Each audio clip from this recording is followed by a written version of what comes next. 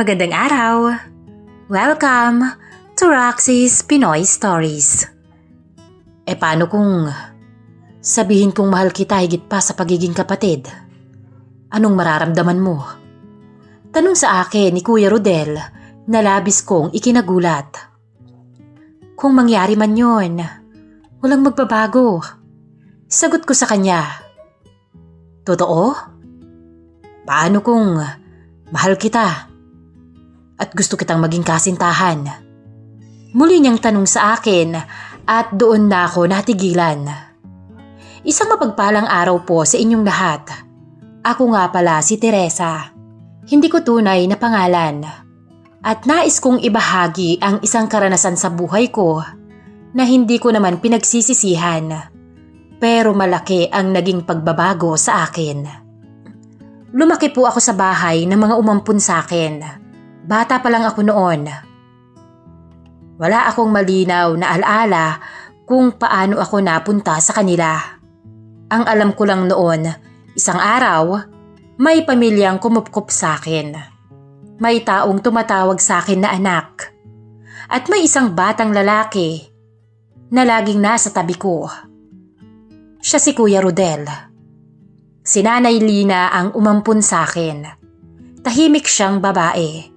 Hindi pala salita pero malambing at napaka maalaga.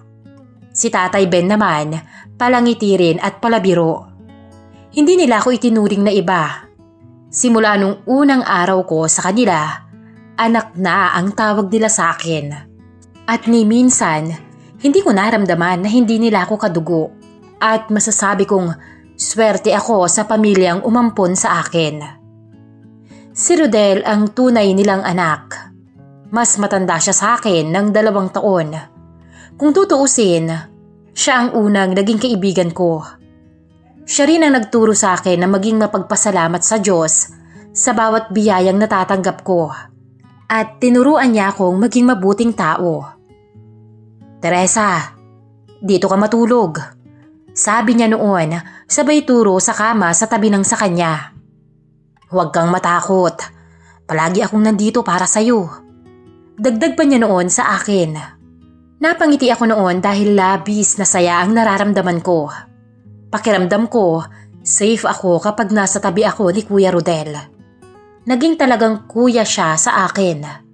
At ginawa niya ang lahat para iparamdam sa akin na parte ako ng pamilya. Magkasama kaming lumaki. Sabay pumasok sa paaralan. Sabay umuwi at sabay ring kumain. Kapag may laruan siya, laging hati kami. Si Rodel ang naging sandalan ko sa lahat ng oras. Ganito yan, sabi niya habang hawak ang lapis ko. Huwag kang magmadali. Siya rin ang nagtatanggol sa akin kapag may nangaasar sa akin. Hoy, tigilan niyo siya. Kapatid ko yan. Sigaw niya minsan sa mga batang kapitbahay namin na kinukot siya akong ampon. Kapatid, iyon ang naging tawag niya sa akin. Habang tumatanda kami, Miss Roxy, mas naging malapit kami sa isa't isa. At lagi kaming magkasama at nagdadamayan sa lahat ng oras. Naging malapit kami ni Rodel hindi dahil pareho kaming bata, kundi dahil pareho kaming tahimik. Hindi siya pala barkada. Mas gusto niya na nasa bahay lang. Nag-aayos ng kung ano-ano o kaya naman ay nagbabasa. Ako naman ay mas gusto kong makinig kaysa magsalita. May mga gabi rin na magkatabi kaming nakahiga at nakatitig lang sa kisame. Paglaki natin kuya, ano kayang mangyayari? Tanong ko minsan. Di, lalaki tayo. Sagot niya sabay tawa. Ikaw, magiging guro siguro. Dagdag pa niya sa akin. Bakit naman guro? Takang tanong ko sa kanya. Kasi matalino ka. At magaling magpaliwanag kahit minsan. Nonchalant ka. Sabi niya pa sa akin. Ngumiti lang ako. Hindi ko alam kung ano ang gusto kong maging. Ang alam ko lang noon, masaya ako at kontento ako sa kung anong meron ako. Hanggang sa dumating ang panahon na nagbinata si Rodel. mas naging tahimik siya. Mas madalas na siyang lumalabas, di tulad ng dati. Minsan, uuwi siyang gabing-gabi na. Napapansin ko yun pero hindi ako nagtatanong. Hanggang isang araw, sinabi ni Nanay Lina sa hapagkainan, "May girlfriend na ang Kuya Rodel mo." Wika ni Nanay. Tahimik lang siya habang kumakain. Ako naman, hindi ko alam ang mararamdaman ko. Gulat na gulat ako at hindi ko alam kung ano ang gagawin. "Sino po?" tanong ko. "Si May," sagot ni Nanay. Tumangulang ako noon pero pakiramdam ko, sumikip ang dibdib ko, Miss Roxy. Mula noon, may mga araw na wala si Kuya sa bahay. Kapag naroon naman siya, hawak niya ang cellphone niya. May ka-text, may kausap. Hindi na kami masyadong nakakapag-usap gaya ng dati. Hanggang isang gabi, nadatnan ko siyang nag-aayos ng gamit sa kanyang kwarto. "Saan ka pupunta?" tanong ko. "Titira na ako sa inuupahan. Malapit sa trabaho." Sagot niya ng diretso. Napaupo ako sa kama. "Bakit biglaan?" Gulantang kong tanong sa kanya. "Hindi biglaan. Matagal ko na tong plano." Wika niya sa akin. "Kasama si May?" Tanong ko, hindi ko alam kung bakit ko pa yun tinanong noon. "Oo, magsasama na kami." Wika niya sa akin. Tumangulang ako ng pilit at wala akong nasabi. Bumigat ang dibdib ko. Hanggang sa lumabas noon si Nanay at Tatay sa kanilang kwarto. "Sigurado ka na ba?" tanong ni Tatay. "Opo, Tay. Panahon na po para bumukod ako." Tugon noon ni Kuya Rodel kay Tatay. Tahimik lang noon si Nanay. Lumapit siya kay Kuya at inayos ang kwelyo nito. "Mag-iingat ka," sabi niya. Nakatayo lang ako sa gilid noon at para bang natuod ako.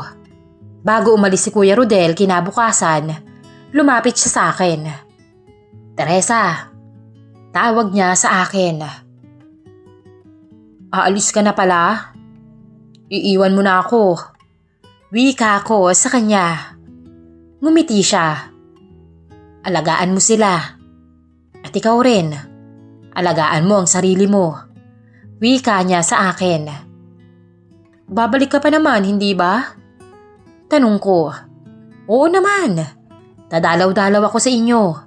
Ngumiti lang ako noon at kahit mabigat para sa akin ang pag-alis niya, hindi ako nagsabi noon. Habang nakikita ko siyang lumalabas ng bahay na may bitbit na bag, doon ko unang naramdaman ang tunay na katahimikan, Miss Roxy. Doon nagsimula ang pagbabago sa buhay ko. Hindi ko pa alam noon kung gaano kalaki ang magiging epekto noon sa akin. Ang alam ko lang, may bahagi ng pagkabata ko ang umalis kasama siya. At sobrang lungkot ang nararamdaman ko noon. Naiwan ako sa bahay kasama sina Nanay at Tatay. Matapos umalis si Kuya Rodel, ako ang nag-aasikaso sa lahat. Ako ang kasama nila sa ospital, sa palengke, sa gabi kapag masakit ang likod ni Tatay, o kapag tahimik lang si Nanay at gusto ng kausap. Lumipas ang mga taon. Nasanay ako na wala na si Kuya Rodel. Sanay na akong mag-isa. Pero hindi ko namamalayan na may mga bagay pala akong itinatago sa sarili ko. Mga damdaming tinabunan ko ng responsibilidad at pagod. Hanggang sa inatake sa puso si Tatay. Isang araw okay pa siya. Kinabukasan, wala na. Tapos si Nanay naman ang sumunod makalipas ang isang taon. Nanghina siya simula nang mawala si Tatay. Hanggang sa tuluyan na rin siyang bumigay at iniwanan nila ako. Sa araw ng libing, nandoon si Kuya Rodel.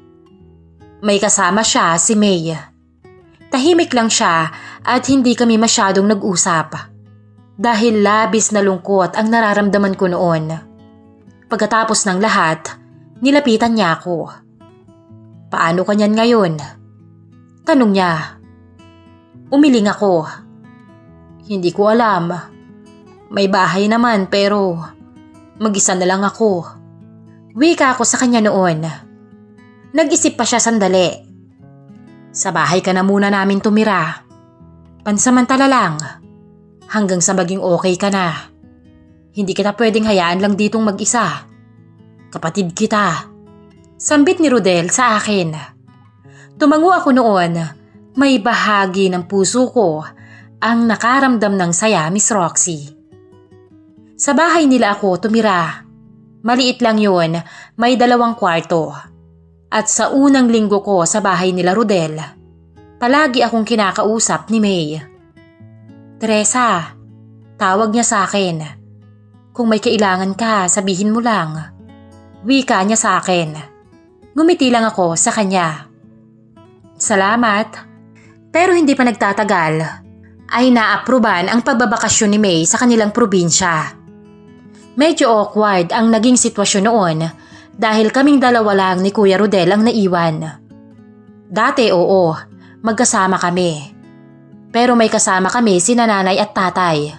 Pero ngayon, iba na. Dahil kaming 2 lang talaga ang magkasama. Nang umalis si May, mas lalo pang naging tahimik ang bahay. 2 linggo siya sa kanyang pamilya.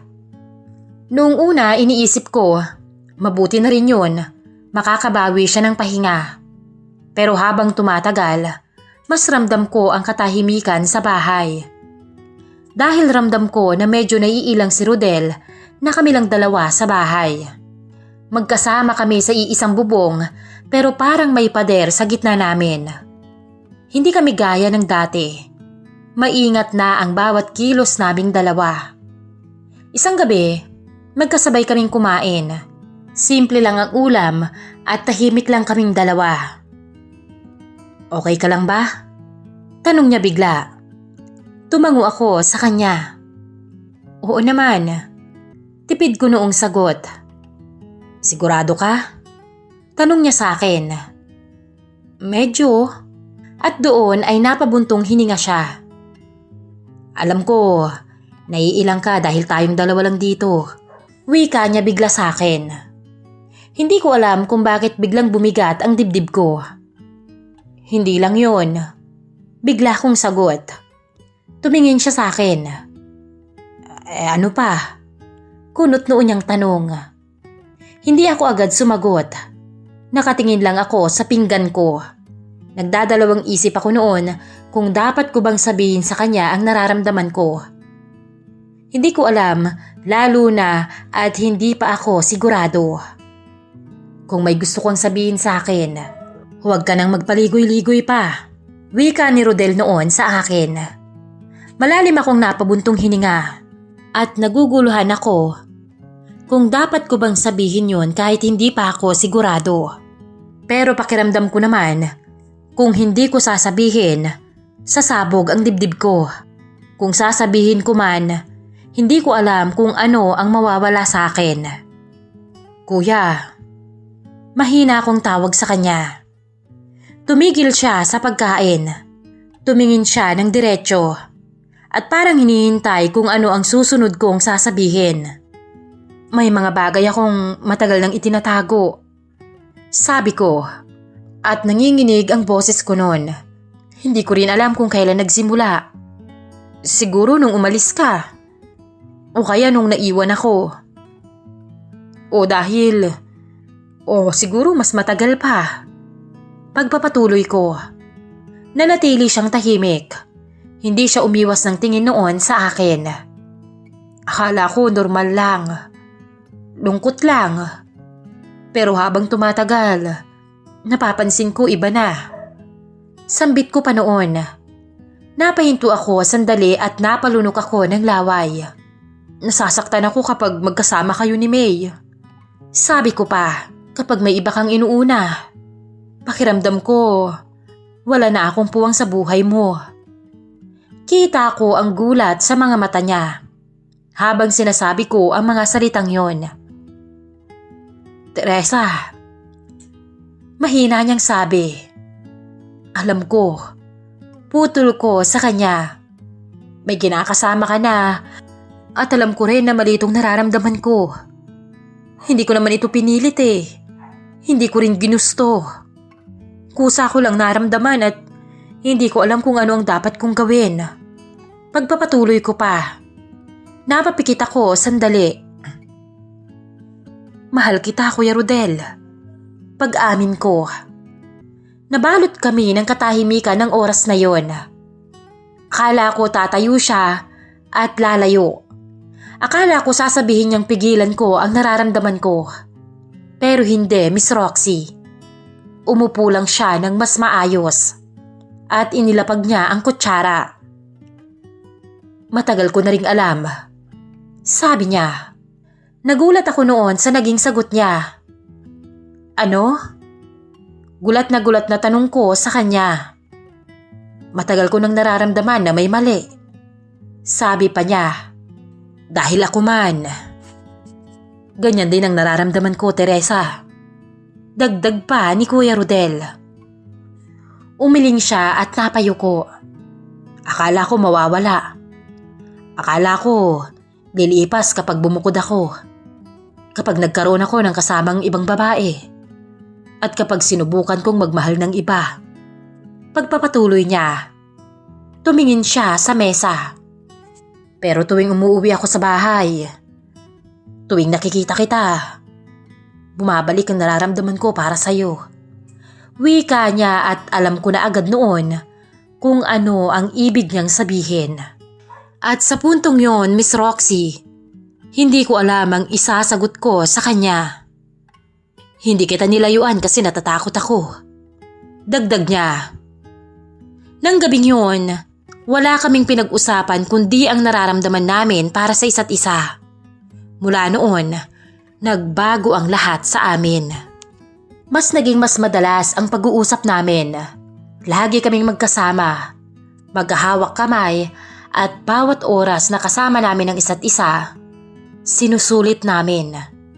Dahil alam naming pareho, nahiram lang ang mga sandaling yun. Hanggang isang gabi habang nasa sala ako, lumapit siya sa akin. Namiss kita. Matamis niyang sabi sa akin. Ako rin. Walang pag-aatubili kong sagot. At doon, naramdaman ko ang mga palad niya sa katawan ko. Marahas ang naging halik niya. Habang ang mga kamay ko naman ay may higpit na nakasabunot sa kanyang buhok. Hindi ko na rin alam noon kung paano namin narating ang kanilang kwarto. Ang tanging alam ko na lang ay unti-unting pinagsasaluhan namin ang kasalanan. At habang hindi pa rin bumabalik si May noon, wala kaming ibang ginagawa ni Rodel kundi ang magpakasasa sa isa't isa. At sa bawat araw na lumilipas, unti-unting nalimutan namin si May. Alam kong mali, Miss Roxy. Araw-araw ko yung sinasabi sa sarili ko. Pero araw-araw ko ring pinipili ang kasalanan. Hanggang isang gabi ay masinsinan kaming nag-usap ni Kuya Rodel. Dapat na yata nating tapusin ito bago pa dumating si May. Alam naman nating mali ang ginagawa natin eh. Sabi niya bigla. Hindi ako nakasagot agad noon. Sandali pa akong natahimik pero hindi ko kaya. Mahal kita. Dagdag pa niya. Tumangulang ako noon at pareho kaming naduwag at nagpalamon ulit sa kasalanan. At nang gabing yun, hindi lang isang beses may nangyari sa amin.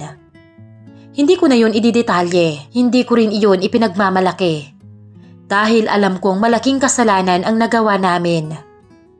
Alam kong maraming magagalit sa akin. Tatanggapin ko ang mga panghuhusga ninyo. Pagkatapos noon, akala ko titigil na kami, Miss Roxy. Akala ko iiwan niya na ako at iiwasan. Pero hindi niya yon ginawa. At ilang beses pang may naganap sa amin. Hinayaan naming manaigang tukso sa pagitan naming dalawa. At sa bawat araw na may nangyayari, mas nagiging mabigat ang konsensya ko. Alam kong nagigilty ako. Minsan tinanong ko siya, paano si May? Tanong ko sa kanya. Tahimik lang siya saglit. Hindi ko alam. Hindi ko rin alam ang gagawin ko. Sagot niya. At dun ko naintindihan na pareho kaming nalilito kung ano ba ang dapat naming gawin. At sa gitna ng katahimikan ng bahay, doon kami unti-unting nalunod sa kasalanang kami rin ang gumawa. Hanggang sa bumalik si May sa bahay. Hindi ko inaasahan, narinig ko ang boses niya, ang yabag ng paa niya sa sala. At doon ay bigla akong kinabahan. Inisip ko agad kung paano na kami ni Rodel. Rodel, tawag niya. Lumabas si Rodel mula sa kusina. Nagulat siya at nahalata ko yon sa mukha niya. Pero agad siyang ngumiti ng pilit. Oh Han, akala ko bukas ka pa uuwi. Sabi niya, natapos ko na agad. Miss na kita. Sagot ni May. Lumabas na rin ako noon ng kwarto. At nakaramdam ako ng selos nang makita kong hinalikan ni May si Rodel sa labi. At nang makita niya ako, ngumiti siya sa akin. Kamusta ka, Teresa? Tanong niya sa akin. Okay lang. Sagot ko at hindi ko alam noon kung paano ko ba siya kakausapin na hindi ako nakakaramdam ng konsensya. Noong gabing yun, tahimik lang kami at hindi ako tumitingin kay Rodel. Kinabukasan ay nilapitan niya ako. Pwede ba tayong mag-usap? Bulong niyang sambit sa akin. Tumango ako at umupo kami sa gilid ng kama. Bumalik na si May. Sabi niya, Oo, anong gusto mong gawin ko? Sagot ko sa kanya, hindi na pwedeng ituloy pa natin yung ginagawa natin. Kailangan na nating itigil, Teresa. Diretso niyang sabi sa akin. Natigilan ako noon. Hindi ako agad nakaimik at alam ko naman noon na darating kami sa ganoong punto. Alam ko at matagal na din naman akong nakukonsensya. Wika ako sa kanya. Huminga siya ng malalim. Pasensya ka na, Teresa. Hindi ko dapat hinayaan na mapunta tayo sa ganitong sitwasyon. Wika niya sa akin. Hindi ko na hinintay na mag-sorry pa siya. Anong plano mo? Tanong ko sa kanya nang walang paligoy-ligoy. Saglit siyang natahimik. Mas mabuti siguro kung bumalik ka na sa bahay. Sabi niya, para hindi na lumala. Para hindi na tayo matukso sa isa't isa. Dagdag pa niya. Tumango lang ako noon at hindi na ako umangal pa. Bukas na ako aalis. Sabi ko sa kanya.